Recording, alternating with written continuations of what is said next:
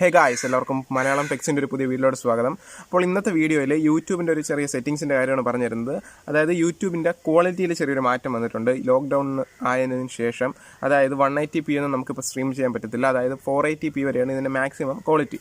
എന്നാൽ ഇത് മാറ്റാൻ സാധിക്കും. ഇത് എങ്ങനെയാണെന്നാണ് ഞാൻ പറഞ്ഞു തരുന്നത്. ആദ്യമൊക്കെ ഞാൻ വിചാരിച്ചു ഇത് ഫോണിൻ്റെ കുഴപ്പമാണ്, ഞാൻ പേടിച്ചു പോയി.